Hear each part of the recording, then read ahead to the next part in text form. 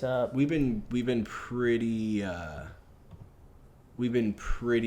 like lucky when it comes to, you know, how it all turns out and everything like that too. So I mean, I'm happy with it, you know, and as long as it works, it works. That's so. That's true. What you been up to, man? How's everything been for you? It's been good. I mean, we have our health, right?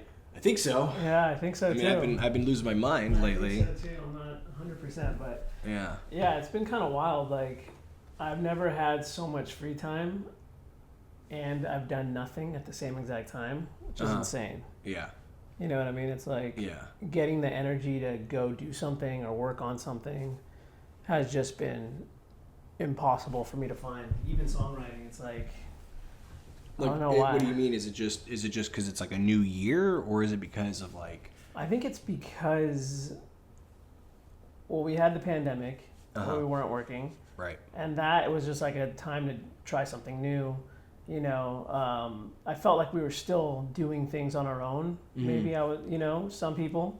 But then now we have the strike, so it's like a second pandemic, and that's what they're kind of calling it for the industry. And that's cute. And yeah. And what are they implying? I wonder. Right? You know, yeah. But with this one, I can't seem to get any energy to do anything besides like be Mr. Dad right now at home, and you know what I mean. Mm-hmm. Just like running the errands, doing drop off, pick up, and then coming home and just doing nothing. Damn. I mean, I feel like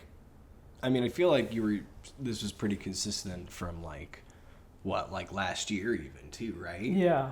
Yeah, because I mean, I feel like we've had this conversation before where it's just like I can't tell if it's, you know, the weight of the world or if it's just me, you know, and a lot of times like I feel like it's, you know, it's probably just me.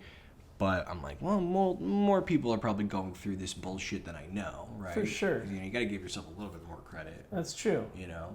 So, it's a fucking cool-ass house, though, man. It's beautiful in here. So. Oh, I appreciate it. Yeah, thanks for having me by, you know? 100%. Thanks for coming. Yeah, no, this has been keeping me the most busy out of anything in the last, 5 years. Really? So, we moved in 2019.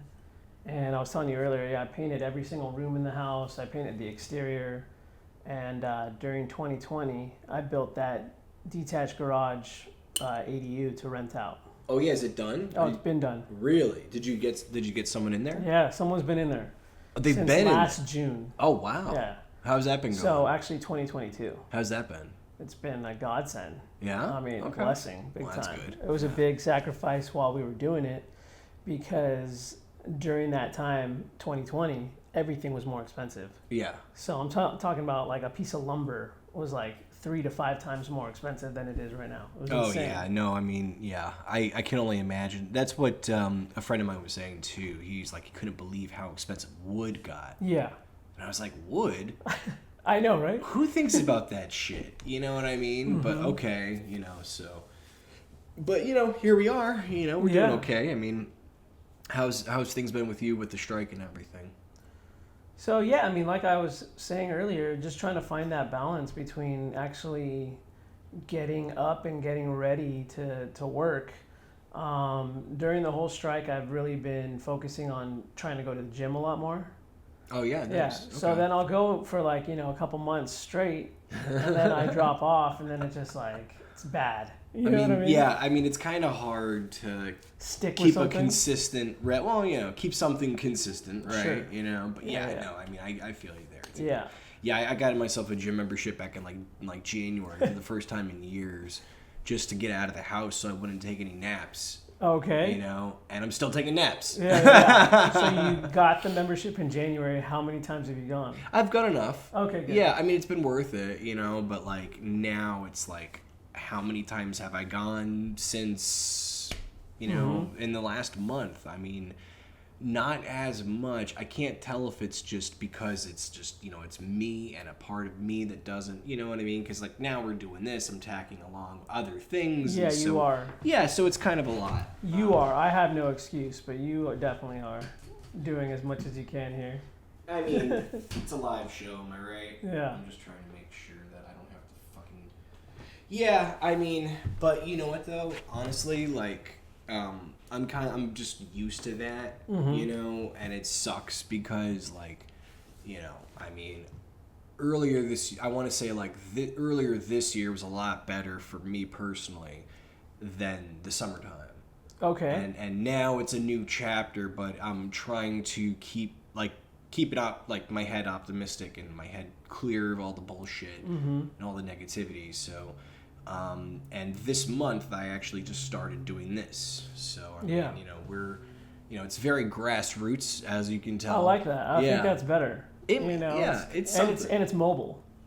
I mean, that's huge. For now. Yeah, but I mean, that's actually kind of a cool thing because you're in a different space. I feel like everybody's been watching podcasts more than ever, right? And then once you get into one, it's always got the same, you know, same feel, same look. And they're always in a studio or they're And like for me personally, like I am just like, you know, trying to make it accommodating for people, which is great. Yeah, and honestly too, it's really like because I have the tools for this shit, you know, the production stuff and everything. Like, you know, I bring a light just in case, and you know, little things I forget to set up, but it looks good on the onset, you know. And the purpose of doing it this way, as opposed to, you know, like basically picking everything apart and destroying everything and overlighting everything and worrying about that, is this like grassroots nature of it, you know, because like the quality is there, right? Sure. But I would rather, and I told someone else this too, I would rather have like, you know, better quality audio and then subpar or okay looking video. You know what I mean? Because like the person who's gonna watch this, they're mostly gonna do other things. Yeah, you know, it's true. It's talking heads, man. We're not gonna fucking, you know, this isn't exciting. Sure. But I think the content is exciting, and I think that, you know, if you give someone their worth for, you know, a monthly subscription through like Patreon or something, that's all this is really for. Got you. Yeah, and then the little clips will end up on YouTube and everything. So and like fucking Instagram. You know. So like cool. So I'm gonna be using it. Sure. But in the meantime, though, you know, I've been content talking to people, and I feel a lot better afterwards too. I think it's a little bit of a therapy thing too. Yeah. You know, inadvertently, like definitely. You know, just speaking, right? Pretty much, yeah. You know, I mean, it's just, you know, tell me about your life. Tell me about this. You know, I feel like it's something that I've always listened to on my drive home or whatever. And so now that I'm actually asking people about their stuff and their life and everything, just like, whoa, it's pretty crazy. We all have different things going on, right? Yeah. But what about you, man? So like, you know, you know, obviously like there's the intros that I do with these things. Sure. You know, these are just like the whole, like, you know, just us, you know, so. But like, you know, because I mean, you did that track for me for Destination Hollywood, but then I've just been so fucking busy, and you know, and I'm sorry for that because I've been literally all over the place. Oh, don't be sorry. I can't wait to see it because it was a great film. Oh, thanks, man. It's ready. It's just I won't be releasing it until like next year because kind of in lieu of this, but also too, it's like festivals shut down a little 100%. Bit this year. And so I'm like, all right, well, you know, I'll just continue doing what I'm doing with this. I'll make sure that I can get it ready for next year. Next year is a whole new slate. I don't have to fucking worry about it. Like, you know, I mean, I've tried submitting it to a few things around here, but they just were like, it's a little weird time. Like I'm now calling it a featurette, you know, and I've been learning a lot about like, you know, time lengths and like how, you know, people are like... What was the length of it again? It's about it's over an hour. Okay. 69 minutes, really, you know? Well, did you see that new Ethan Hawke movie is like 30 minutes? What is it? No, what's Ethan Hawke movie? What? Yeah, it's a Western with Pedro Pascal and Ethan Hawke, and it's literally like 38 minutes long. Really? Yeah. No, is that where we're headed, or we're what? Regressing a little bit. Yeah. I mean, we're kind of like, you know, it's this weird thing where like, like... the runtimes are going through these channels of ups and downs, you know, and you know, I mean, is it? I mean, it's acceptable for TV, you know, but they used to have these runtimes just for television, you know, it's so you can distinguish between a movie and a made-for-TV movie and a TV show. Yeah, of course. You know what I mean? But now, because we have streaming and everyone's, you know, Netflix kid, we're all like what the fuck is time? You know what I mean? And it's hard for people to sit and watch a 3-hour movie. Right? You know? Because they're not doing commercials, you know, anymore anyway for most TV shows. Yeah. It'd be kind of weird. That's true, too. Yeah, it'd be kind of weird to watch Netflix and all of a sudden an ad pops through. Oh, gosh. That'd be terrible. Because then they had the moments where they would fade in and fade out, you know? Oh, yeah. So, like, that kind of shit, which is, like, really funny, you know? It really is. Like, I think you should make, like, what I really wanted to do with Destination Hollywood, like, and nobody wanted to play with me at all, but what I really wanted to do with it was I wanted to have fake trailers in the movie. Oh, yeah. Yeah, and, like, the beginning of the movie and in the middle of the movie. Who did that? Tropic Thunder. That was, was Grindhouse.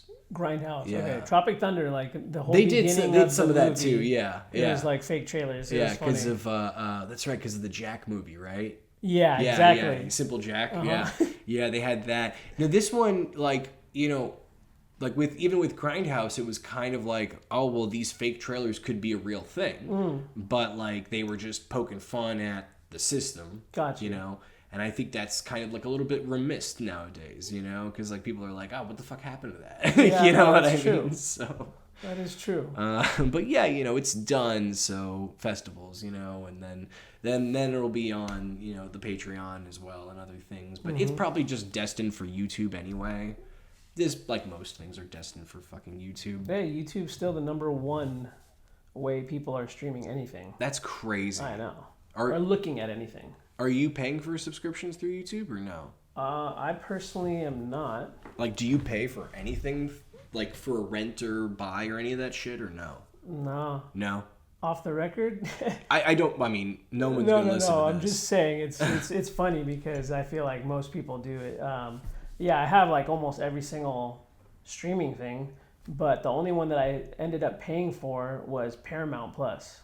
Oh, wow, okay. So Yeah. you saw the offer and everything, too? The Offer? Yeah, I haven't seen that yet. I really want to. But all of a sudden, out of nowhere, I started getting into these Westerns. Oh, really? Okay. Yeah, so it started a Nice. little bit with Yellowstone, but then when I saw, 1923, have you seen any of those, or 1883? Oh, 1883. No, but my roommate worked on it. Did you really? Yeah, for a little bit, yeah. That's amazing. When they were shooting up in Montana randomly. So cool. Yeah, but, you know. So I got super into it. So then I was like, oh, maybe, you know, they only give you a tease of 1 or 2 episodes for free. Then you got to buy the app. So I'm like, all right, let's go ahead and buy it. Yeah. Wow. Yeah, okay. yeah. I mean, hey, you know, at least they're like kind of honest with it a little bit, Sure. right? They'll give you the first 2, see if you like it, but all right, whatever. But my mentality is, I know it's sad, but when it's over, I'm probably gonna just go ahead and cancel that channel. Oh, you for know? sure, Yeah. absolutely. I mean, but you're getting like, are you getting their movies on there too, or is it just okay? Everything, yeah. That's so weird to me. My God. I know. Since when do we just need a bunch of different apps to No. watch anything? Now Peacock. I mean, there's like so many shows that we don't get to see unless you know, you gotta purchase all of them. Apple Plus has worked for me. Is that with Peacock or no? Like it's a subscription thing through like, you know, the phone and everything. Through, Oh, okay. You know, Apple. Sure, yeah. But like, you know, it's one of those things where like I have it because it's cheap and there's really nothing on it, but I have it as a just in case this. I mean, there's a few shows on it. My favorites are like I love like For All Mankind and sure. Silo and things like that, you know. Yeah. But like, yeah, you're right though. As far as like, you know, the things that I watch the most is fucking, you know, YouTube, and I only watch it for late night, you know, or watch like old Howard Stern show stuff. Or whatever, you know. So Some oldies but goodies. Oh yeah, no, you have to. Sure. You know, you got to stay sane somehow, right? Yeah. So. What about Seinfeld? Do you ever get into Seinfeld? Of course, but I've seen that thing up and down. I've seen each episode probably over like 20 times at least. Really? And I cannot get sick of it. Well, could you believe that there's people who have never seen it? I can't believe that there's people that hate it. There's people who hate it? There's a lot of people that hate it. Wow. It's like, I don't know how. Why? Because they think it's like anti-Semitic or something? Not or even. It's just they can't, don't get that humor, I think. Or it's not funny to them. It literally okay, is not. yeah. Because, I mean, it is kind of older. Yeah. But it's not like that old. Sure, if you watch Curb, it's the same kind of thing. But the comedy is timeless. Oh, and for sure. You know, Larry David and Jerry Seinfeld, it's like, and all the awesome actors on it. But I think somebody once told me that it was just too quick for them, and that they were more of a Everybody Loves Raymond, or they mentioned a few different shows, and they're like, I don't know what it is about Seinfeld, but every joke was just going over my head. And I think a lot of it also is because you have to kind of watch the episode prior, or like, you know what I mean? The whole season sure, yeah. connects in a way. Yeah. Yeah, I never really thought of it like that because, like, I mean, maybe in an inadvertent way it connects, you know? But, like... It's like inside joke ways, you know what I mean? Yeah, of course. Right. Like a callback or whatever. Sure. Yeah, 100%. no doubt. There's so many callbacks in that. Yeah, it's true, I guess, because I never thought of it that way. Yeah. So, And I mean... I feel like with whole sitcoms in general, it's like, well, what's out there right now? You know, I know that, like, not much. How I Met Your Father. Yeah. Home Economics. Who cares? I think with all these different streaming platforms, though, nobody's connected anymore. Like, it will never be like it was when we were young. Everybody watched the same thing. You know what I mean? On Friday, TGIF. Yeah, for sure. They were all connected. You might have been somehow. too young for TGIF. I do remember, but I watched a lot more cartoons when I was a kid. Did you? Like Toonami was a thing for me. Okay. You know, and I was more of like that kind of nerd. I was a closeted nerd. Got you. You know what I mean? Like I would watch like, you know, fucking Gundam Wing and like Yu Yu Hakusho was one of my favorite shows. And now they're ruining that show because they're going to make it live action on Netflix. So it's I'm curious to see how they're going to ruin it. Well, they fucked up Death Note already, so. I think I was just part of a younger generation where it was literally just like Family Matters, Step by Step, Full House. Oh yeah, no, I watched and that all was that every too. Friday. Yeah. I mean, like Nick at Night, right? Yeah. Yeah, like shit like that, you know. Which I mean, may all of those channels rest, right?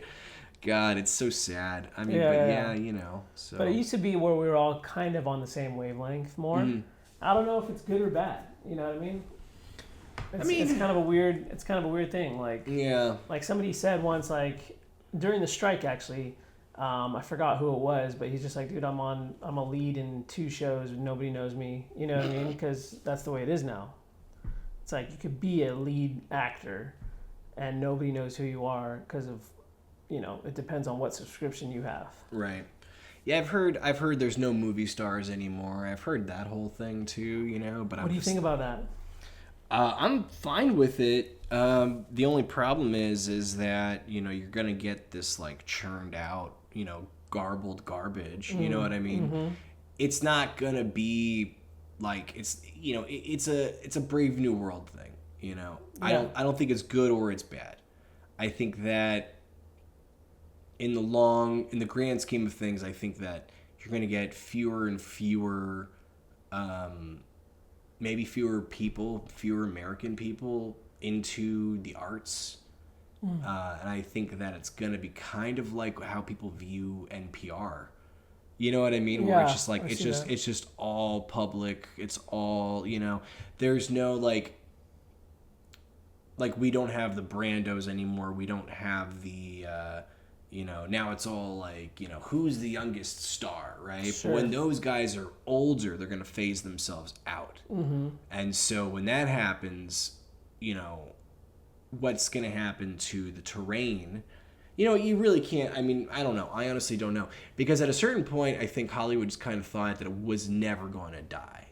You know, that it was always going to keep going and going and going and trying things out. But it's really the fault of, like, major capitalists and corporations and things like that are basically like, oh, well, you know, let's view human life as cattle. Let's view, you know, and even when we're on set, you know, we still get the whole thing with cattle call and thing like that. And I hate that. Yeah. I just like it as big background, you know, because that makes more sense to me.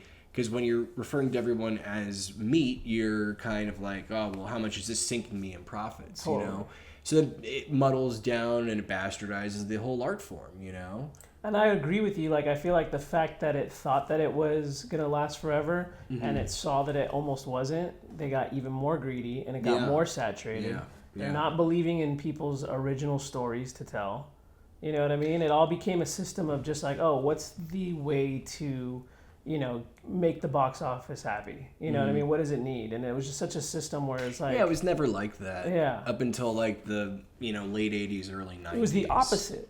Right. It was like you're trying to throw different things out. Now they just want a guaranteed, money making project. Yeah. And it goes with music too, for the most part. Ugh, I mean, they go hand in hand. That's disturbing. They go hand in hand for sure. That's crazy. Well, when you have artists, but I mean, it started with Napster, right?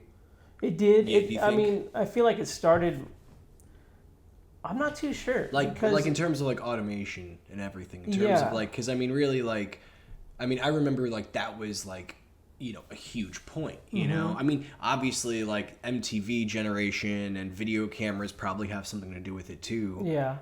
But I mean, I think like with music, it was like kind of like the canary in the coal mine, right? Yeah, I mean, everybody wanted to stick with that system. Whatever was being played, it wasn't about releasing an art form as much as it was releasing a hit. And I fell into that trap, like very early on. I remember it started with the craft, it started with the artistry.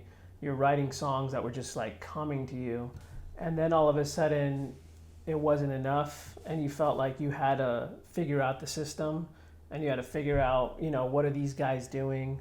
Like, you know what I mean? And then you lose a lot of what makes a song good, I feel like. I mean, for me personally, I know that, Well, because I wouldn't even know where to start. Like, how did it start with you in particular? Like, did you always grow up wanting to be a musician or wanting to actually play music? Or, like, how does this kind of, like, figure itself out? Yeah. So I was born and I was like a born athlete. So I was into soccer my whole life. Born and raised in LA? Or? Born and raised in LA, yeah. Okay. Right in the valley, right in the same valley that we're at. And and then I played soccer all throughout, childhood. And then the moment I switched from that, it was like a lot of kids in my generation. We went to skateboarding, you know what I mean? We were all skateboarding. And that led into the music scene more, where I was just like, I was into skating, making our own videos, adding our own music to it. So when I was about 13, 14, my buddies were starting a band and they needed a bass player. And I was like, oh, dude, like, I don't know how to play bass, but I'll play. And that's literally how it started, because it's funny when I look back at pictures when I was younger. How old are you at this point? Like 13, 14? 13, 14, yeah. Yeah, okay. But when I was looking at pictures when I was younger, I always had a guitar in my hands. And I was always like singing. Like, I don't remember that. You know what I mean? But in these pictures, it shows like I was always at the piano. I was always doing something musically, which is kind of funny. Were your parents musicians, or were they like guiding you guys? Like you're No. Really? My dad's a jeweler. Okay. And my mom's a chef. Interesting. Yeah, and my dad came. So my parents both came here in the 70s from South America, from Chile. Oh, okay. Yeah. Interesting. That's very cool. Yeah, it's very interesting that they took that risk. Seriously. Leaving everything during that time of the 70s and coming here. My dad barely even spoke English, which is insane. My mom didn't. And, he started working as a jeweler. And then he owned his own shop in Tarzana. Oh, wow. Yeah. That's amazing. Yeah, it's great. Huh. So, like, were they just kind of like, trying to stay positive with your ambitions and trying to push you in the right direction? Like, just choose what you want to do, just find what you love and then go for it. Sure. I think it was more like, at least for me growing up, there was a lot of love in the house. But when it came to like guidance or like, it wasn't really on the radar. It wasn't like, oh, what are you gonna be when you grow up, or, there was none of that really. It was just kind of live in the moment. Which is great, but God, talk about the life. Yeah, That's pretty yeah. good. I pretty much got to do whatever I wanted looking back, and I had 3 nice. older sisters, and my parents were obviously stricter with the first 2. They get more lenient, and I was the last one, so it was just chill life for me. 3 older sisters, I'm the only boy, so it's like, yeah, it was insane. Wow. But I told my dad, I was like, hey, these guys want to start a band. And I told him that I play bass. Can we go pick one up? And he was super cool about it. He's like, yeah, let's go. We went to Sam Ash, got the cheapest bass with the little amp. And I went. I started plucking away. And what I was really into at the time was Green Day, Dookie. Oh, yeah, of course. Classic. Like dirt on bass, Yeah. So what I did, and it's funny that I can't get my kids to do the same, or that they don't want to do it on their own, was, I go to my room, skate all day, go to my room, put on Dookie and just play every single song, on the record, and learn every single song just by ear. Just learn, do exactly what he did. And honestly, I feel like when you mix your passion with something that you're passionate about or something that you love, like Green Day Dookie was such a great album. It was so easy to learn. It didn't feel like work. It was so easy. And I'm like trying to teach my kids guitar now, and it's not easy. Wow, yeah, because are they interested in it at least, or no? They are. My older boy's getting more and more interested in it, but I don't know what it is. I feel like we just had a sense of more freedom, or like more okay being by ourselves and just doing things, like just messing around with anything, whatever you were into back then.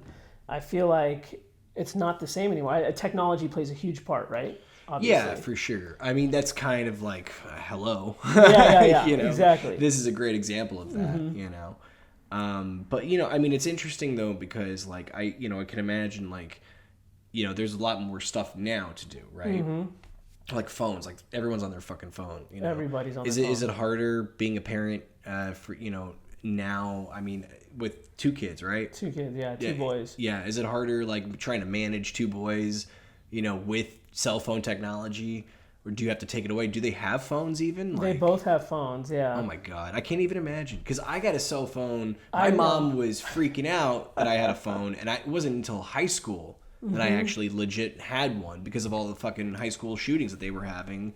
And back then, it was only like 2 a year. Yeah. Now there's like 200 a year. Now it's crazy. So it's like, it's almost like they have to have one. Right. Yeah, a fire sale almost. Right. Yeah. But luckily for me personally, they're not too into them. Like. Oh, that's great. Yeah, like they don't have social media. Okay, that's good news. And it's not like I'm just like no social media. It's just I don't think that they've even gotten to the point to ask for it. Oh wow, interesting. Okay. And which is great. I'm happy about that. Yeah. Just because I'm on there too much. Like my New Year resolution is I don't want to wait so many years, but it's definitely to be off my phone a lot more, like at least half. Yeah. Do you find that are they just not interested yet? Yeah, they didn't even really get into video games that much, which is weird because. How old are they? So my youngest is 12. Okay. My oldest is 15. Oh wow. Yeah. So that's talk about being in high school. He's in high school. Yeah. But they must be good kids though, They're great kids. That's fucking great. People ask me all the time. They're like, "Dude, how'd you do it? Like, how'd you raise them like that?" And honestly, it was just. I feel like because I was so young when I had them. In this generation, I was very young. Sure. Yeah. It wasn't really like we were too far off the paths. We were too far off. Like my dad had me at 40. You know what I mean? So it was very different for me. And my dad, now it's not. Now it's like we're the same age. You know what I mean? It feels like that. But for my kids, it was almost just like, hey, this is not how you do it. Like, we don't do it this way. Like, wouldn't this be better? You know what I mean? Instead of we didn't get mad at them like I think our parents got mad at us. You know what I mean? It was almost just like, why get so angry? And you see these parents, it hasn't gone away. No. You see these parents that are just yelling at their kids, and it's just like, dude, it's not even like you need to grow up. Like the parent needs to grow up. When I see that, it's just so sad because then people ask me how did I raise my kids so well? It's like, dude, you just don't be a psychopath. Yeah, exactly. Fucking, yeah. That's amazing, though. You love them like a child. Right. But you treat them like a human, not like a little baby. Yeah. You know what I mean? Yeah. So you're playing Dookie in your room. I'm playing Dookie in my room. I got it down. So I got all the bass solos down. I'm like, I become really good. What's the first band that you put together? So it was that band. I joined this band. It was with 2 older kids. They were a couple years older than me, and it was ska. Oh, hell ska was all about. It was all about ska then. That's so crazy, because we're not that. We're pretty much the same age, right? Around, I think. I'm 34. So, okay. Yeah. I'm like 3 years older than you. Yeah. So when I first. I thought you were like 28, dude. No. Get out of here. Ugh. I think the first time you met me, you told me you were 28. You thought we weren't going to be friends. It's the hair and the fact that I'm Italian. We kind of figured that one out. Oh, okay. But when I first heard ska music, it was like a far You know, that it wasn't anything that was like, I was like, what the fuck is this? It might have been a foreign language. Sure. Might as well have been like Martian music. Well, those 4 years difference, you know, Yeah. in music is insane. Well, now you hear it all the time, though. I mean, But like... back then, I mean, that's like what my school was into. That's what, I mean, RX Bandits, I don't know if you remember them. They were the band that we all loved. Is it a California thing, do you think? Like ska music in general, because I'm from the East Coast. That's true too. So it's that's a big difference as well. Yeah, I mean, we didn't get like my hometown. You know, our biggest claim to fame is like Marilyn Manson was like, you know, a local. Wow. Yeah. So it was like metal and industrial rock and alternative metal and all that. But that shit. could have been your group too. Right. That's what I mean. Yeah. It was like, I mean, I wonder though, because like, when I moved out here, they're playing Oingo Boingo and all this other stuff that has, you know, a lot more ska influence, a lot more blues influence. So I wonder if that's just a regional thing. It might be a little part of it. I mean, it was all the rage though when I first started playing. It was just about ska music, and then we went into indie rock. So Jimmy Eat World. Oh yeah, for sure. A huge fan of Jimmy Eat World. Really? Yeah. I only know the Sweetness. Oh, dude, yeah. Yeah, Clarity, that whole album is insane. Okay, I'll have to check it out. Definitely check it out. So it is very much like I mean, partly regional, partly school of the time. Even school, like what school were you going to? I mean, I was going to, you know, public at that point. Yeah. I started out in private school. Sure. But Same here. Yeah, but like when I went to... You didn't last, did you? No, 8th grade. I mean, I just couldn't afford it anymore. Oh, really? You know what I mean? Yeah, I left in 8th grade too, which is so funny. That's so weird. Yeah, I was in a private shit. school, elementary, 7th, and then 8th was my last year. And then we might as well be brothers at this point. That's too funny. So you guys are playing ska music. What was like some of the first gigs you guys played? Like where would you play? So the spot that was the most popular spot in the valley for the people that I knew, and it was pretty much the whole valley. Even people that I met way later in life were like, "Oh, you into the Cobalt?" And we're like, "Yes, the Cobalt Cafe." It was all ages. Newfound Glory played there. Like a bunch of drive-through Where was this records. Located? It was on. I want to say it was Topanga Canyon and Sherman Way. Oh, damn! Right there. Wow. Yeah. That's so crazy. It's insane how popular that spot was. I don't know how the heck. People listening to this, locals listening to this will know what you're talking about. Oh yeah, Cobalt Cafe. To me, it's like a Canoga foreign. Park. Yeah, that's crazy. I'm not sure if it was Topanga and Sherman Way, but it was definitely Topanga and a different cross street right there. Do you know why they shut down? I have no idea. Interesting. Okay. But I just met somebody like a month ago at a rehearsal studio that he works at the rehearsal studio, and we're like, oh yeah. And he's like, dude, you from the Valley? I'm like, yeah. He's like, did you guys ever play at the Cobalt? I'm like, dude, that was like my spot. We played there all the time. It was so funny. That's amazing. Yeah. Okay, cool. Hell yeah. Yeah, so we were playing the Cobalt. There was a few big bands while I was growing up. And yeah, I mean, we had so many different meetings. We had meetings with record labels, you know, quite often actually. Never went anywhere. What were those like? It was pretty much like I had one at Capitol Records, and I was in a band called Wonton Heroes at the time. I played bass for them, and we had a meeting up there. And I remember it was funny. They listened to our stuff and they thought it was good, and they wanted us to work with one of their guys. Their guy told the lead singer of my band that, oh, just listen to the top 10 and analyze them, like, you know, analyze every single thing about these hits that are on the top 10 for rock. So my singer took it seriously and was just doing that like nuts. But I do remember while we were at that meeting, he's like, oh, you guys want to hear a demo we just got? And we're like, sure. And he played us a demo, and it was the All American Rejects. Wow. Yeah. And it was legit. I got the album after it came out, I believe on Capitol.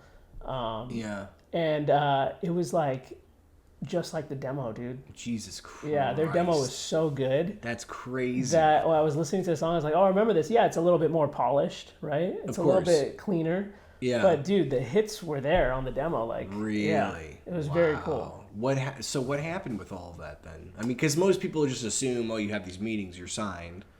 But you had these meetings. I mean, that's the thing. It's like it went to nowhere really. It went to like months of us like trying to emulate sounds that were big instead of, being true to what we were doing before and just playing. Like I feel like that's the main thing for songwriters is they tend to just kind of do their own thing and not express it. You know what I mean? Just like I feel like filmmakers are a great example of how you're supposed to do it for the most part. Like, you build something, you make it, and then you put it out. But like musicians, at least for me, it was all about perfection, and it's just not right. You'd rather perfect something than even put it out. That's really, yeah.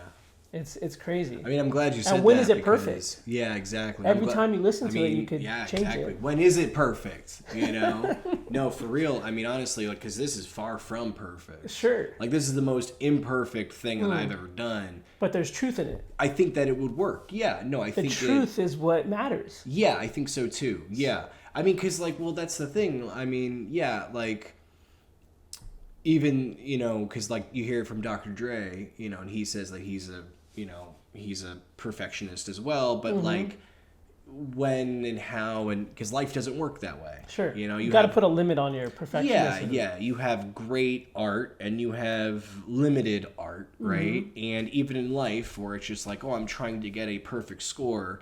When are you making a perfect score? Sure, 100%. Yeah. I think that was a big problem for me as a singer-songwriter. It's like, I was a big introvert too at the time. So I didn't like hanging out. Like I'd perform and like people would want to talk after and I'd just be like, I'm out.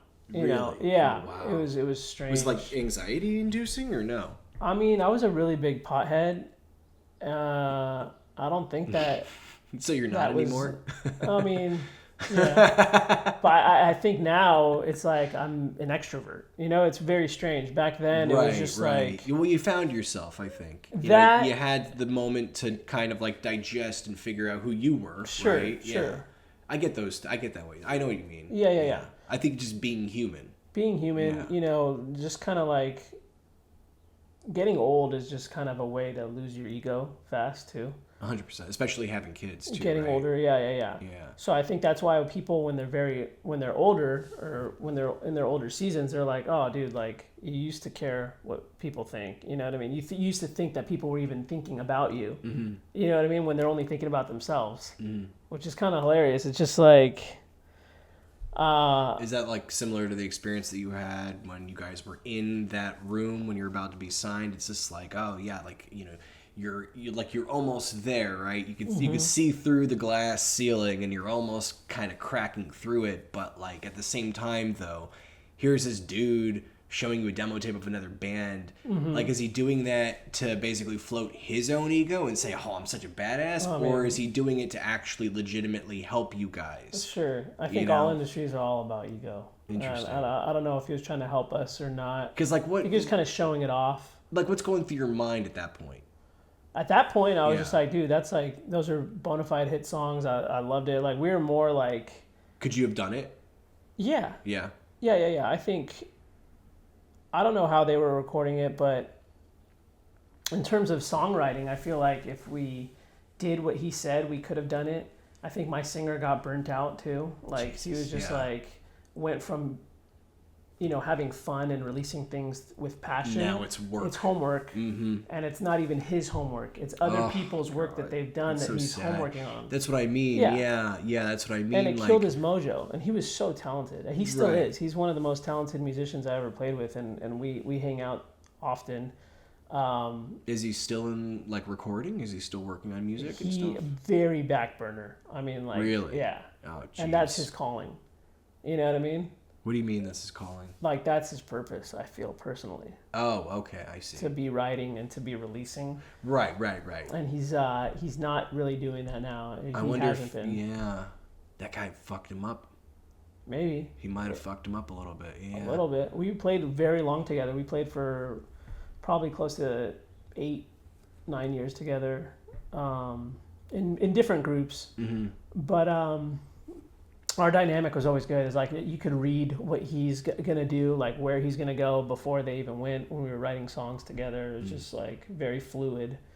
That whole thing is like that experience of like working with somebody and collaborating with them to that extent is pretty like, I mean, I make movies, but to that extent is very foreign to me. Because like you were saying, like with independent filmmakers and everything, you're putting it out, you're doing it, but it's all on you. You're doing it all. You're doing everything as opposed to working with someone who you have a lot of respect for, who you love like family. Sure. And yet, if you wanted to get, was it ever like if you wanted to get to a point that he couldn't actually bring to that point, like a different level or certain gigs, did it ever get to that point where you just felt like you could be doing more, or were you just content like just playing music?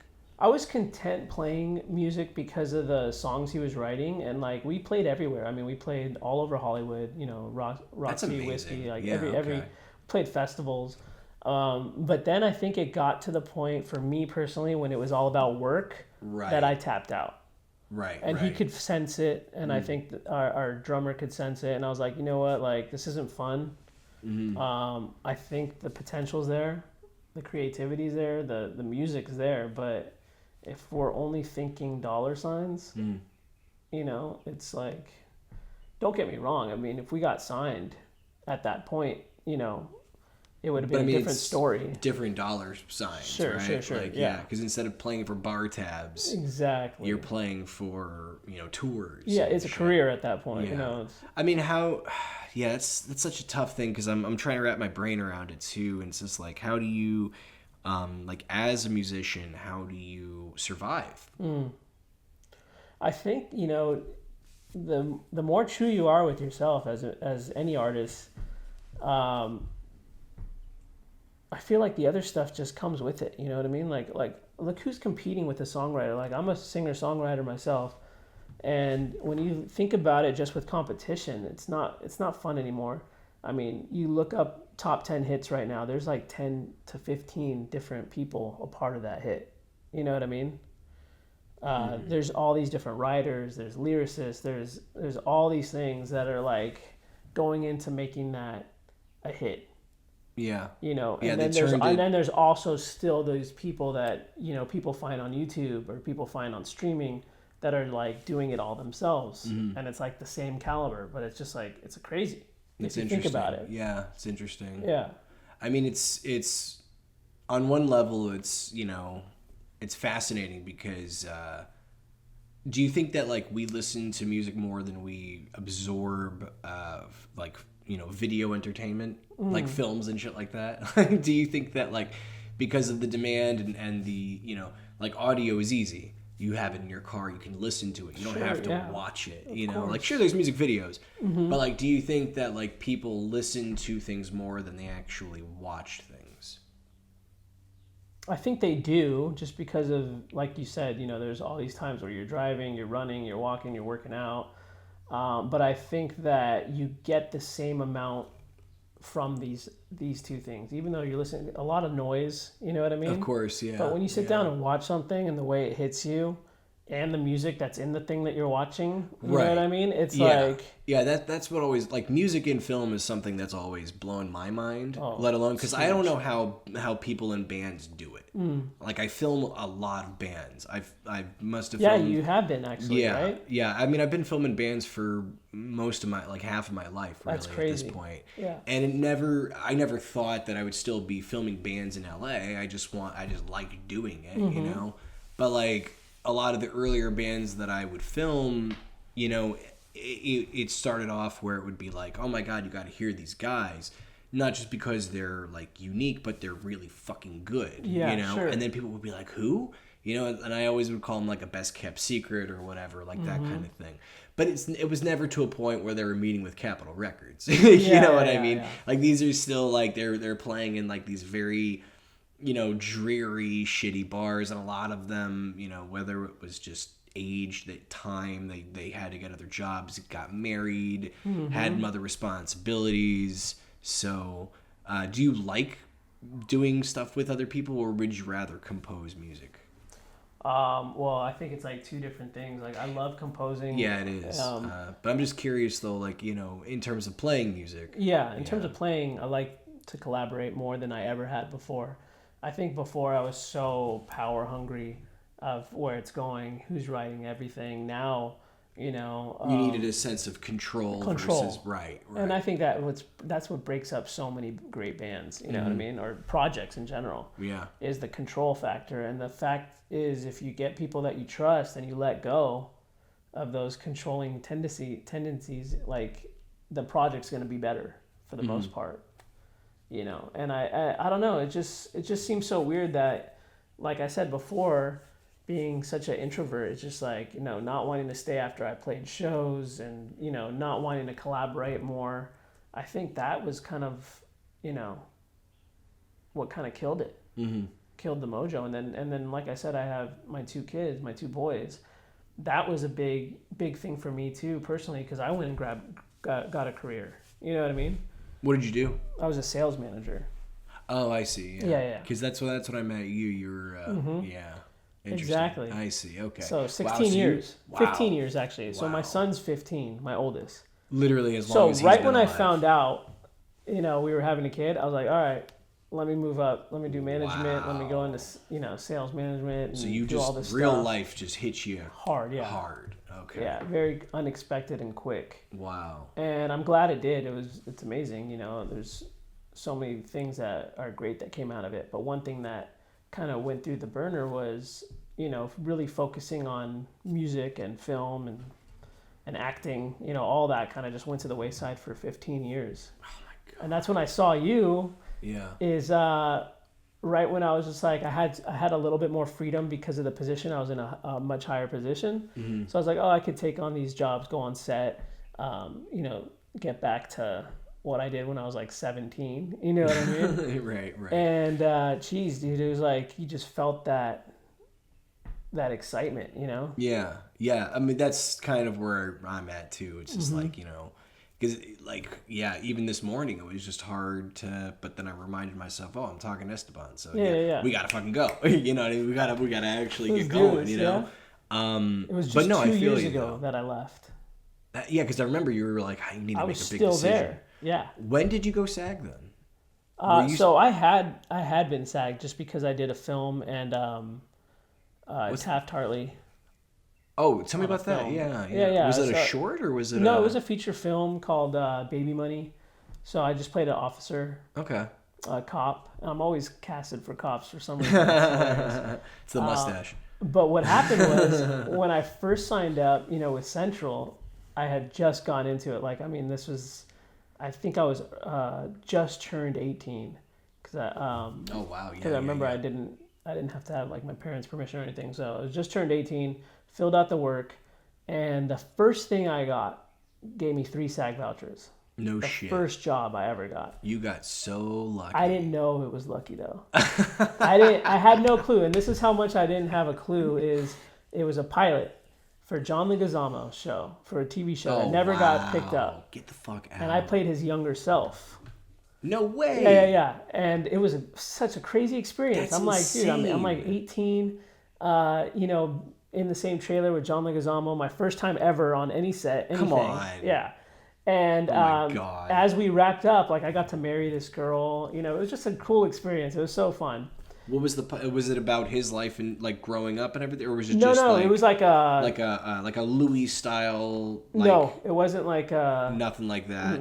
I think it was. I don't know what it could have been. Interesting. He definitely was I believe he was a cop. But it was his vehicle, right? Like he was like the star. Was he for directing sure. and producing too, or no? I don't think he was. Okay. Because the pilot never got picked up. But the funny thing is after we wrapped the first day, I was like, dude, that was a pretty cool experience, but I'm so young and dumb, it doesn't hit me. And I wasn't part of that world, so it really didn't hit me. You know what I mean? Like, my dude, you got 3 God. SAG vouchers your first time. I was like, what's a SAG voucher? I was like, okay. And it's like a yellow piece of paper. Okay. You know, like it was like that for me. And then the the AD comes up to me after the first day. He's like, hey, dude, the director really liked you. He actually wants you to replace John Leguizamo's stand-in. Oh wow. So would you be willing to do that? You know, So you're getting these promotions and bumps, and you have no idea it's happening. I have no idea. What's going through your head at this point? Like, what are you thinking? So, I mean, because like being who I was, yeah. I call my dad, uh-huh. and I'm like, and I just had gotten the sales job, not sales manager, but like I was going towards that route. You know what I mean? Like, just like in terms of sales and whatnot, and just getting my feet wet. Before that, I was I was an introvert. Yeah. Sales is what got me talking and made me an extrovert. Oh, I see. Okay. So before the path of going that route, I call my dad. I'm like, hey, they're offering me, to stand in for this pilot, but I also am getting this other job. What do you think I should do? And he pretty much, just as a loving dad, not knowing the industry at all either, is just like, what, the other one sounds for sure. I mean, you said it's a pilot, so how long is that going to last? And I'm like, I have no idea. And he's like, well, I mean, if you're going to ask me, I'd stick with whatever's more secure. Wow. And I held on to that decision and that regret for so long until I realized, dude, it's not. Ultimately, it was my decision. Ultimately, I made the decision, right or wrong. How am I going to live in the past from that? Like, maybe nothing came out of it. You know what I mean? Maybe or maybe the opposite. Maybe I meet connections. I start thinking, oh, this could be something that I could do. But I chose the latter, and that's when I did that too, though. Did you? Yeah, but it wasn't. I didn't get SAG vouchers right away. But I was a PA on One Tree Hill, and when it got time to be, or I was an intern PA, and when it got time to be, the semester's over. Yeah. They were like, well, do you want to be hired or not? And if you want to be hired, go talk to this guy. If not, walk away. And I was like, what the fuck kind of decision is that? You know what I mean? Yeah. Like, that's fucking bullshit. And, my mom would kill me if I didn't at least attempt to get a degree. Well, spoiler alert, never got the degree. I mean, I got an associate's. I never got the bachelor's degree. But at the same time, though, it was like, when you'd be on set, you'd hear people go, oh, you need a bachelor's degree to be working on film. Why don't you just do it? And I'm like, really? Like, is that really the way it works? Yeah. Because, I never thought, I never knew, that you could just quit your day job or quit your college career or whatever the fuck. And, I wasn't really motivated by going to school. I just wanted to, connect with people while I was in school.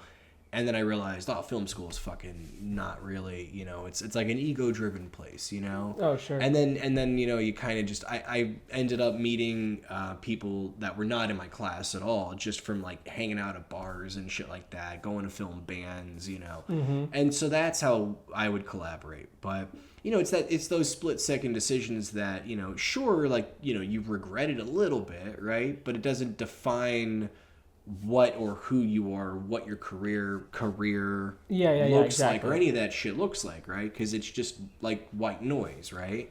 Well, because of my personal situation, I regretted it for years because... No, I get it.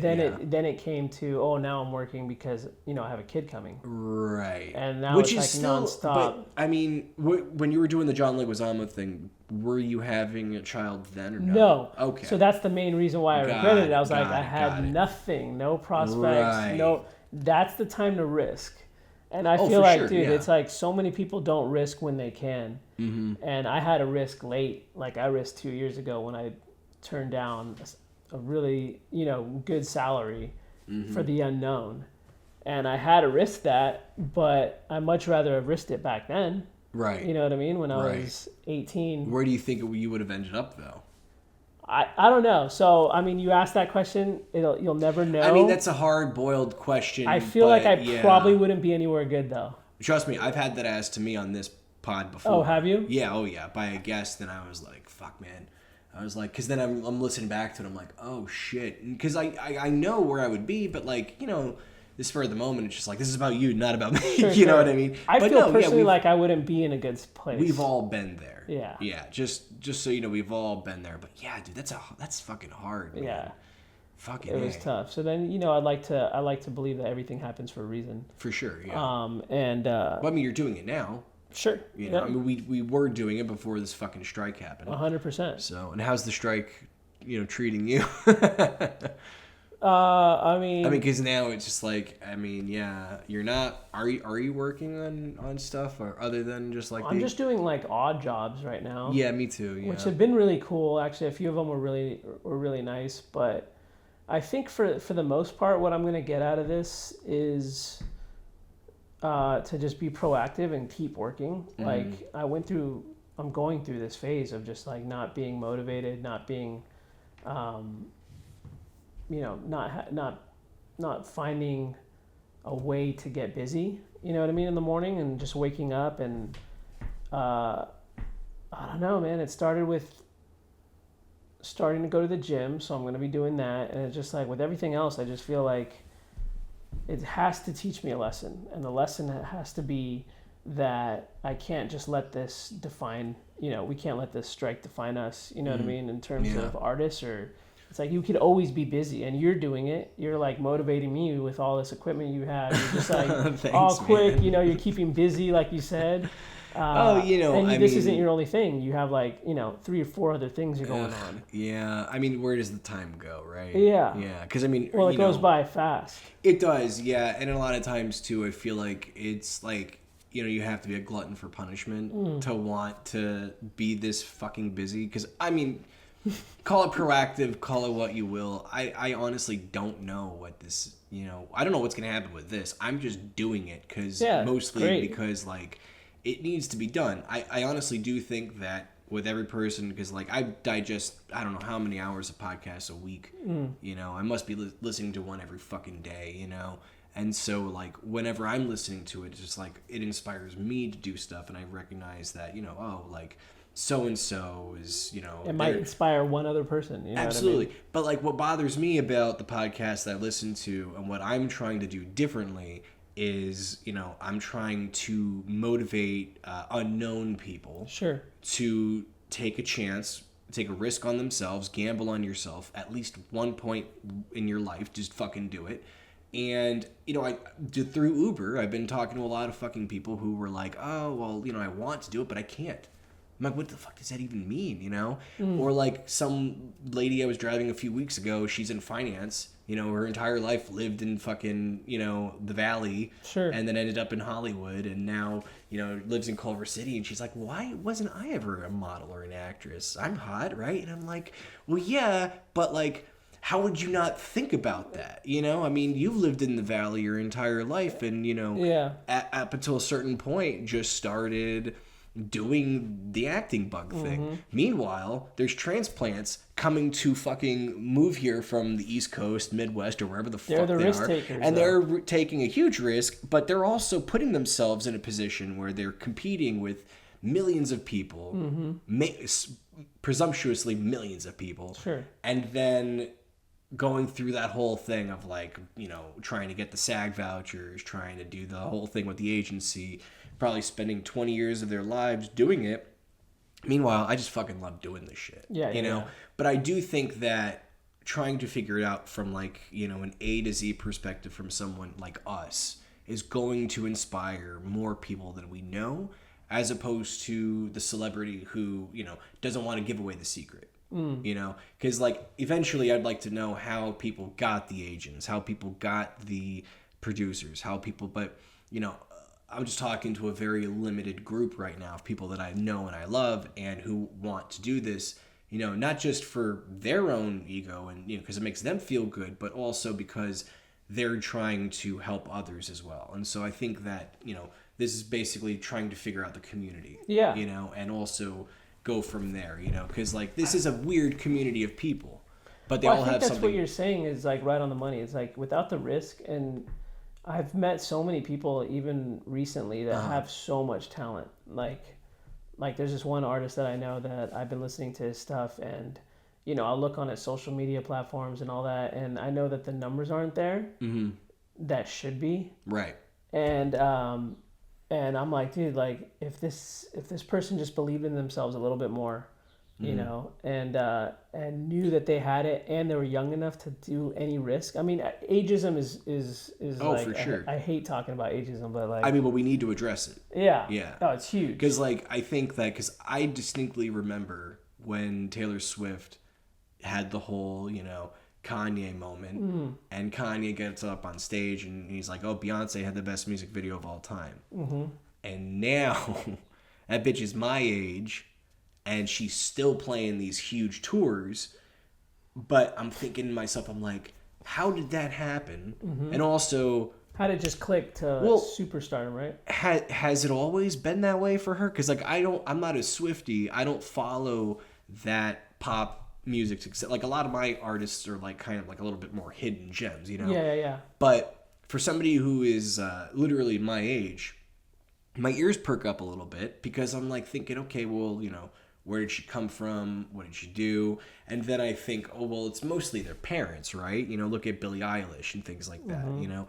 But I also do think that, you know, even with the success that Billie Eilish has had over the past few years, Taylor Swift has one-upped her insurmountably through social media, through, you know, she would just put out a fucking movie, you know, and I saw the, you know, poster for it at the Cinemark. I was like, what the fuck is this, you know? But like, you know, there's that, right? And then there's everyone like us. And I'm just curious about the people like us, you know? How do we create a living? How do you sustain? Because it's possible. I mean, you have this beautiful house, you know, you're making it work, you know? Obviously, you know, you had a sales position, you know, real world position. But like now it's like, you know, your kids are older, right? So do you feel like you have reached a point where like you can retire from being a full-time parent, picking them up from school, bringing them off? Do you think you can just focus on yourself finally, or no? I mean, I don't think that ever happens after you have kids. You know what I mean? Like, I mean, yeah, in a healthy way, yeah. Yeah. But now, I find it a lot more freedom now. I mean, they're older, 15 and 11. I mean, they're doing their own thing. They're, you know, they've become more like friends. Well, that's you wild. know, yeah. It's pretty wild. But in terms of like, yeah, I struggle with the fact that, you know, ageism is so big in music and in film, and it's like, again, like if these people if they have the amount of passion for it, but they don't have the risk, that's who you're seeing at Uber. Like, oh, I wish I would have done that, but I can't. Exactly. I've been there. When I was in the sales job, it was like, oh, I can't do anything but this. It wasn't even an option. And what's funny about that is it was like 2012, and I was doing a voice recording, you know, writing a song. Because I even though I had the sales job, I always continued to write. And I was writing something on the voice memo, and I just stop, and I talked to my wife, who wasn't my wife at the time, and I was just like, dude, like I can't take this job anymore. I gotta leave. And she's like, well, then leave. You know, it's like, what are you doing? Like you'll be able to make it, you know, like people think that they can't make it outside of their comfort zone. That's fascinating. And they can't get out of it. And I remember like a month before I quit, I was going through my voice memos. And this is 10 years ago that I told my wife that I need to leave. And I'm still there. I'm still there. And I'm listening to myself, because I forgot that I didn't hit stop on the recording. So I was like, I played a song, and then we just started talking. And then I was listening to myself, you know, saying with like pain in my voice, like, dude, I can't take this job anymore. I got to leave.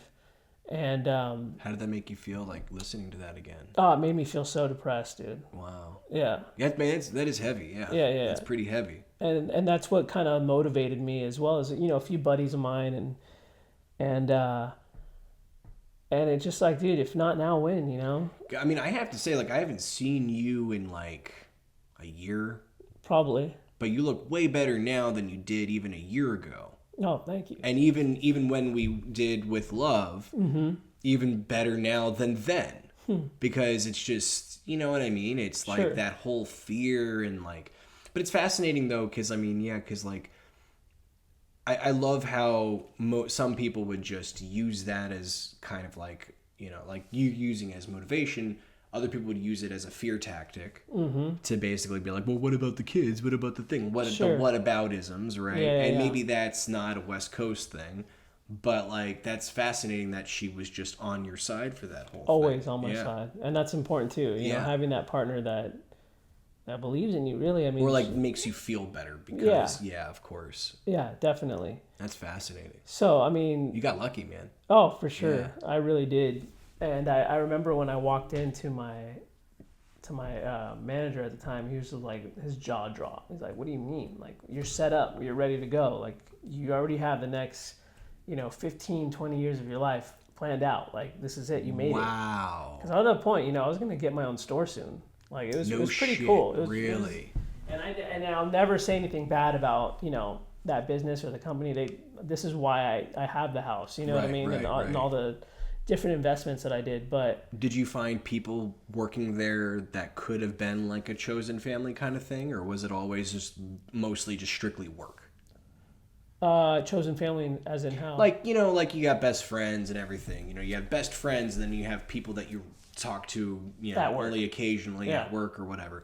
Do you think that if you would have stayed or that they would have been more than just people you've seen at work? They would have invited them over, had barbecues, shit like that, Well, I did do that. I was there for 15 years. Which is hard to, ignore that. Yeah, but totally. I'm just curious, though, because, I worked at the same place for 5 years. Never once saw anyone outside of work. Yeah. They're just strictly work people, but, were they more than that to you at a certain point? I think so, because in the position I was, it was just, kind of we were managing... over hundreds of people, you know what I mean? So us as the managers would hang out and but one of my best friends that I met was, just a regular employee, and he's the one that I started hanging out with a lot the last 2 years of working there. And all my friends would be like, dude, come sit with us. What are you doing? You know what I mean? And I'd always be with my buddy Drew, and we would always just talk about, life and the future. And he saw that it was a facade, you're walking around tall cause you're you got the title, you're in charge, but I'm like, dude, I can't stand this. Isn't what I mean? Crazy? I gotta go. Yeah. And he's the only person that kind of saw through it, or I don't know how we connected, but we connected on a way personal, spiritual level. That's awesome. And he was one of the main reasons that I was just like, dude, it's gonna be okay if you leave. It's a huge risk. It's scary. It's the exact thing that your parents, your in-laws, anybody in a different generation would tell you you're crazy. But you put your time in. Yeah. That's the important thing. Sure. You did your whatever sentence you want to call it, your work sentence, I don't want to make it sound like prison. Your due diligence, due diligence, before being able to just leave like that. Yeah. And you have the security now to the overhead that 100%. You can do other things. 100%. Yeah. I put my ducks in a row as best as I could. Which that's important. For the position I was, to be like, all right, I don't know where I'm going right now, but it's not going to be here. And wash my hands and then walk out the door. And I remember walking out the door, I felt all this weight drop. And then... it's kind of like you have a little bit of an advantage, or at least a head start over, a transplant person. Possibly. I'm born and raised here, you know what I mean? Yeah, that's what I mean. It's you're born and raised here, you have your community, your family's here already, Exactly. Plus, I got the support system. Yeah, you didn't have to spend the last 15 years going to school, shooting bands, moving here. What I mean? Yeah, that's true. That's so a good it's point. just you actually had a good, but now you're rooted into it. So it's just all bets are off. You're not going anywhere. You're ready to rock. Yeah. So that's important too, I think, Yeah, so now I've been just recording a lot since I left. I know I've been in a funk recently, but to give myself credit, I have recorded 10 new songs that are pretty heavy that they're going to be coming out. Trying to push for January, just nice. Hell just your film, Destination Hollywood. Yeah. So just start on a new year. Absolutely. And I want to do the same thing. Just get all my ducks in a row. Have the songs finished, completed, have the videos attached with them, and just for a big release next year. That'd be amazing, dude. Yeah. Yeah. So is it solo stuff or is it with a band? So it's mainly solo stuff, but like I said before, I'm trying to collab as much as possible. So, and we still play. We actually just played in Hollywood a couple weeks ago. Who's we? So my band, my indie rock band, but it's like a weird thing. It's like, Well, plug him. What's the name of the band? Yeah. well, the band's Jackson Will. Jacksonville. Jackson Will. Okay. But the reason why I say it with hesitancy is because we're kind of on a weird hiatus ever since the pandemic. So we had some good momentum going right before the pandemic. Like we were playing live. We were getting ready to go on a tour. So like Pacific Northwest, East Coast tour. And then we got shut down. And I remember that 2 days before the shutdown, I was playing a show. And they had like, it was at Harvard and Stone in Hollywood, an awesome bar for live music. Mm-hmm. And I remember playing, and it was 2 days before they shut everything down. It might have even been the day before. So we already knew that things were going to get shut down. I don't know if you remember that. Oh, no, I do. There was something in the air. Very distinctly remember that, yeah. There was something totally in the air. It might have been, the joint I had smoked before. But I was like terrified, dude. I was playing a show, and I was like, dude, this is freaky. Like, this feels weird. It doesn't feel right. Something was off. Yeah. I couldn't get into the music. And then the day after, we closed and shut down, and I'm like, dude, this is insane. And then we were just like, shown fear for the next year, right? Jesus just Christ. Like everything that we were watching and whatnot, like just death, literally death countdown. Do you remember that? I do, yeah.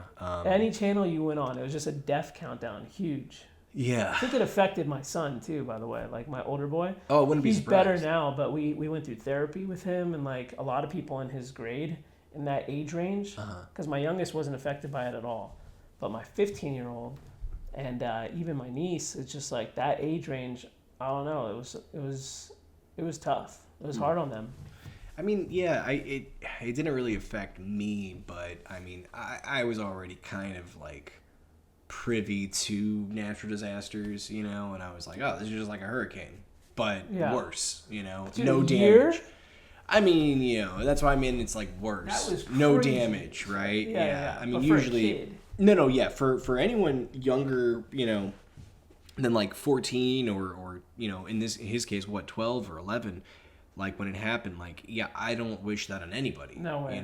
I think it's partly on the media. That's the media's fault. It's also like the government should have been better suited for it.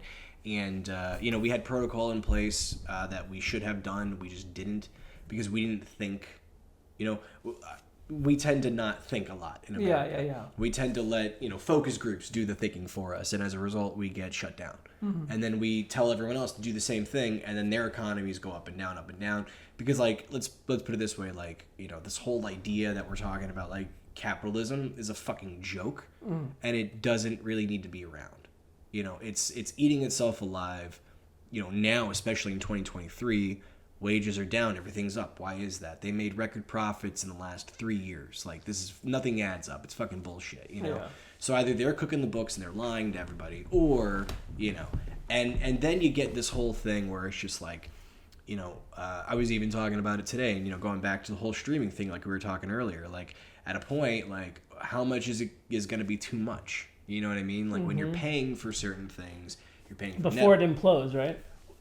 I mean, it's imploding now, but yeah, I mean, like, before it really implodes, and then you got a problem, like, because YouTube is free. If you watch the majority of shit on YouTube, which I do, why do I need HBO Max? Why do I need, my Disney bundle plan is pretty much all I really need, but then again, like, I tacked on, what else do I fucking have? Like, iCloud and stupid shit like that, and then, but everything is, like, subscription-based, so, like, when will it get to a point where, a mob of people are pissed off and they have pitchforks and fucking, that kind of shit. Like, literally, revolution, right? Yeah, well, it's just like, it's really getting to a point where, like, how much is too much?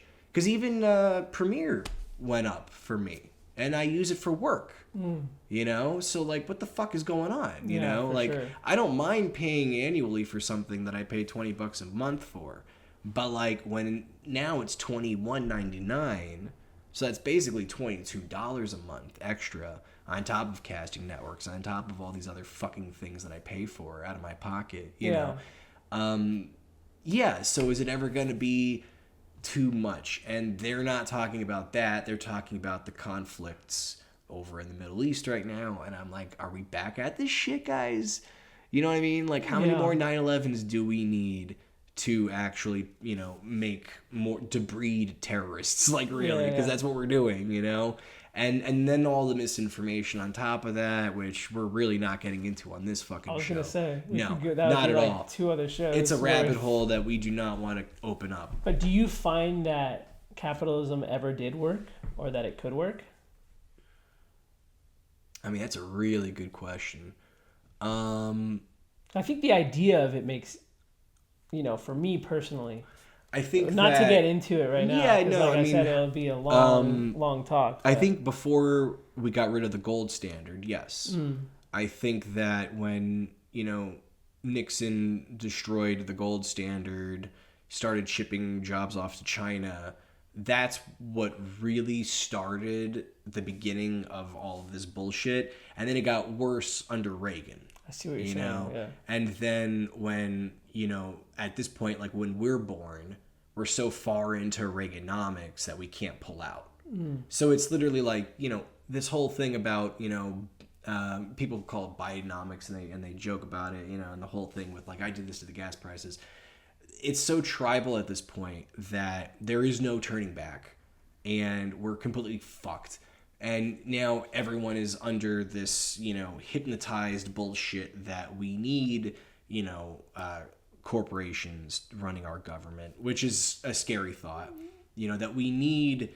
People are into that? Oh, people are so into that you cannot talk to them otherwise. Like you can't talk to people anymore. No, you can't. You literally can't have a conversation with people when it gets about these things. Specifically about these things, yeah. And I think that, that's the number one thing that's wrong with everything that's going on right now. 1,000%, yeah. Because you can't listen to somebody that disagrees with you. Yeah, no, they're tribal. I mean, I'm not disagreeing by any means. I just think that, historically, we've done fucked up too many times. Yeah.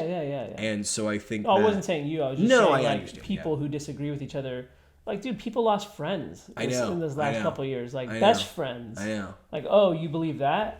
Yeah. Oh, we can't be friends anymore. Yeah. It's like, really? Like, I understand why. Well, like, think about it this way. Like, okay, so, like, Bush, right? And he's our fucking president. And then he does the whole thing, ruins the Middle East and everything like that. We ended up invading the wrong country, this and that. People were for that, right? Then, all of a sudden, we get the promises of a new hope with a black man in office. We get the black guy in office. And everyone's like, everything's going to be better. And then all it did was perpetuate the status quo, right? So then you have an entire generation of cynical assholes like myself and like a bunch of other my friends who are literally like, oh yeah, we're never going to get ahead in life because we have to pay off financial aid. We're never going to get a house because the housing bubble fucking crashed in 2008, 2009. And all of that was a product of the Republicans that came before the Democrats, which owned the House and the Senate. The only reason why nothing happened in 2008 to 2010 was because we couldn't figure out how to get from point A to point B, let alone from point A to point F, because of all of the other bullshit that was put in place. And the fact that people were, again, brainwashed into thinking that they needed to start a war with another country for 20 years. Like, do all this crazy shit. I mean, I don't know if it's really brainwashing, though, or if it's they give you two options.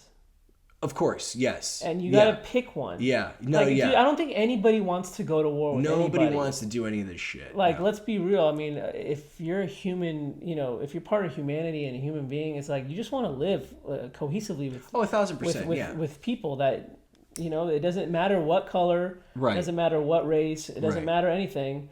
But what happens is when you get put in these two boxes, and you almost have to fight for your box. Right. And there's no third option. There's no progressive box. Option, and then when you get someone who wants to be a progressive, they can't because there's no way to actually break that mold. Break the box. Like, look at Obama, right? Mm-hmm. He desperately wanted to break the mold, but at the end of the day, had to do everything that the donors told him to, had to do everything the House told him to, had to do everything the system itself told him to. No matter which way it's going, exactly. It's going towards. And, and I understand now, especially too, when you hear people like say, oh, well, we need, like better Republicans. at this point, I think that that's an oxymoron. I don't think that a better Republican, that idea, I don't think that exists. But I do think that the politics as a philosophy has changed completely.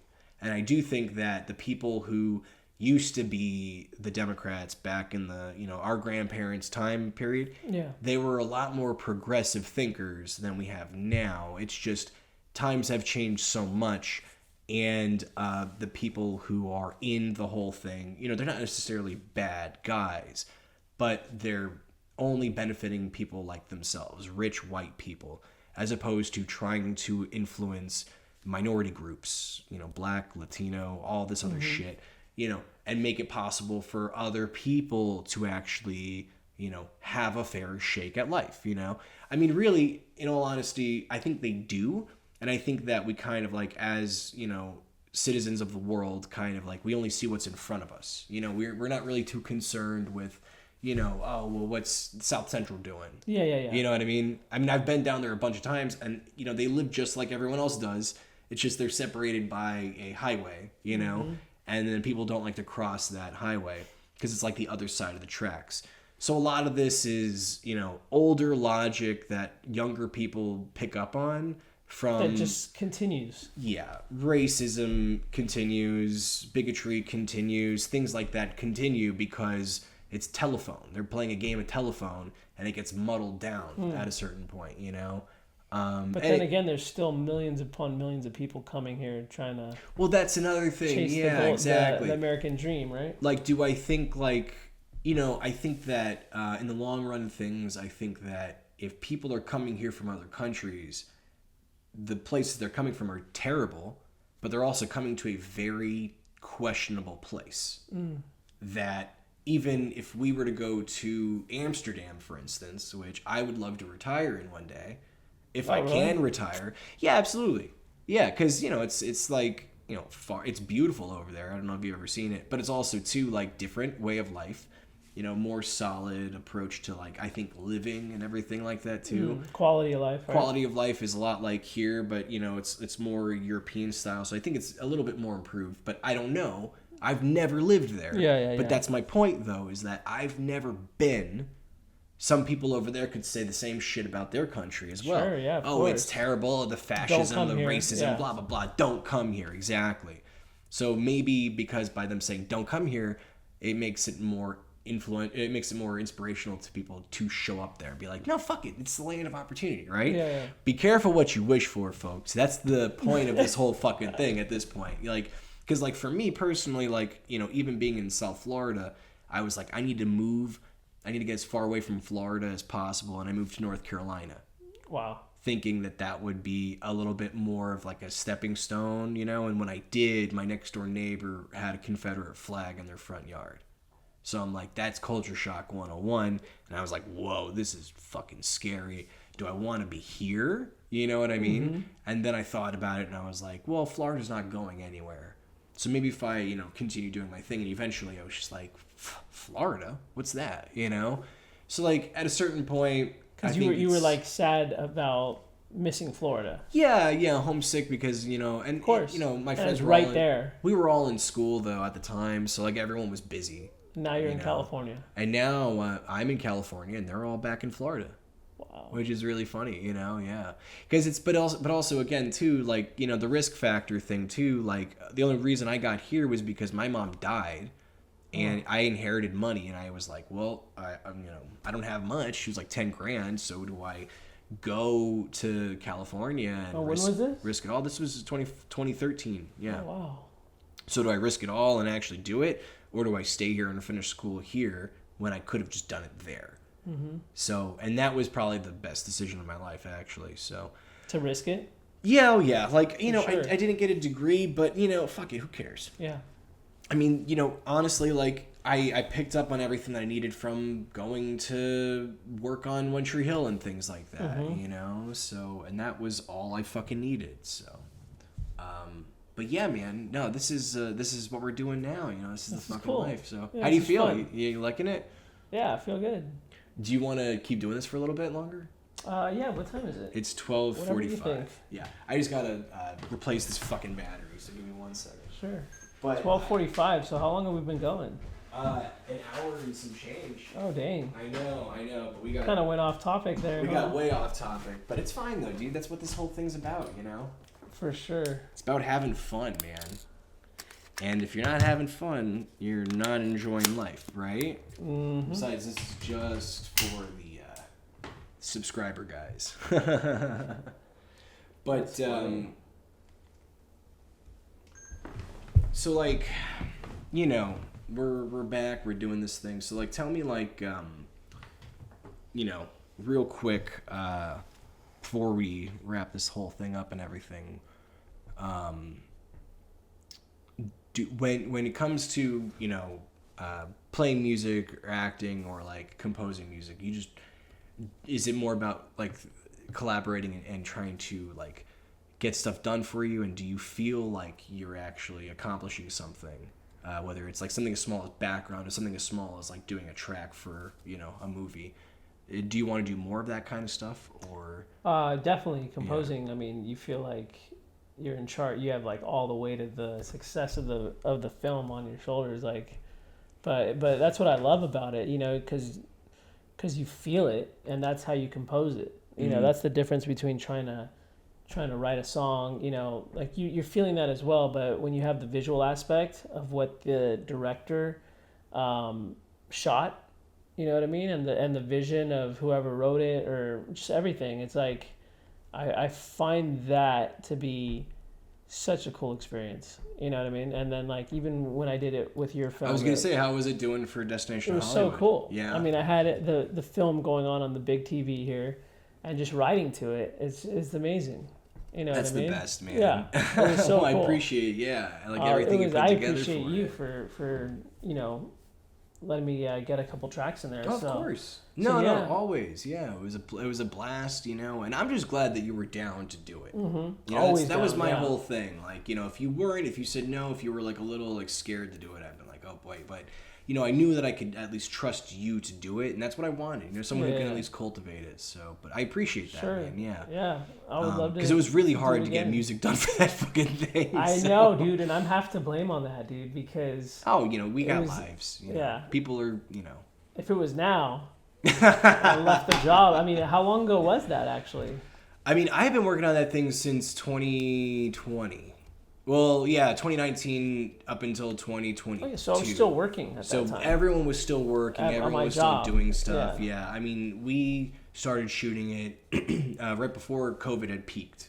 Got it. That was the bottom line, yeah. So, but I'm glad we got it done, and you know, and I'm happy that it took the time, because now it feels like it should. Sure. Instead of rushing it, you know. And then you had Doug too. Well, Doug was done before Destination. We did. But Doug, like you released it. We released it, and then we started shooting Destination Hollywood during the release, because I wanted to do it very slowly, and I wasn't exactly sure how it would work.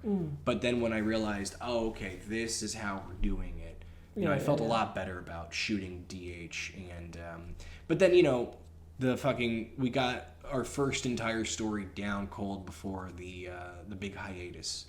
And then by then I was already on to the other part of the movie, but I was editing as we went along, so that's another topic for. I'm actually going to do an episode on that. Oh, cool.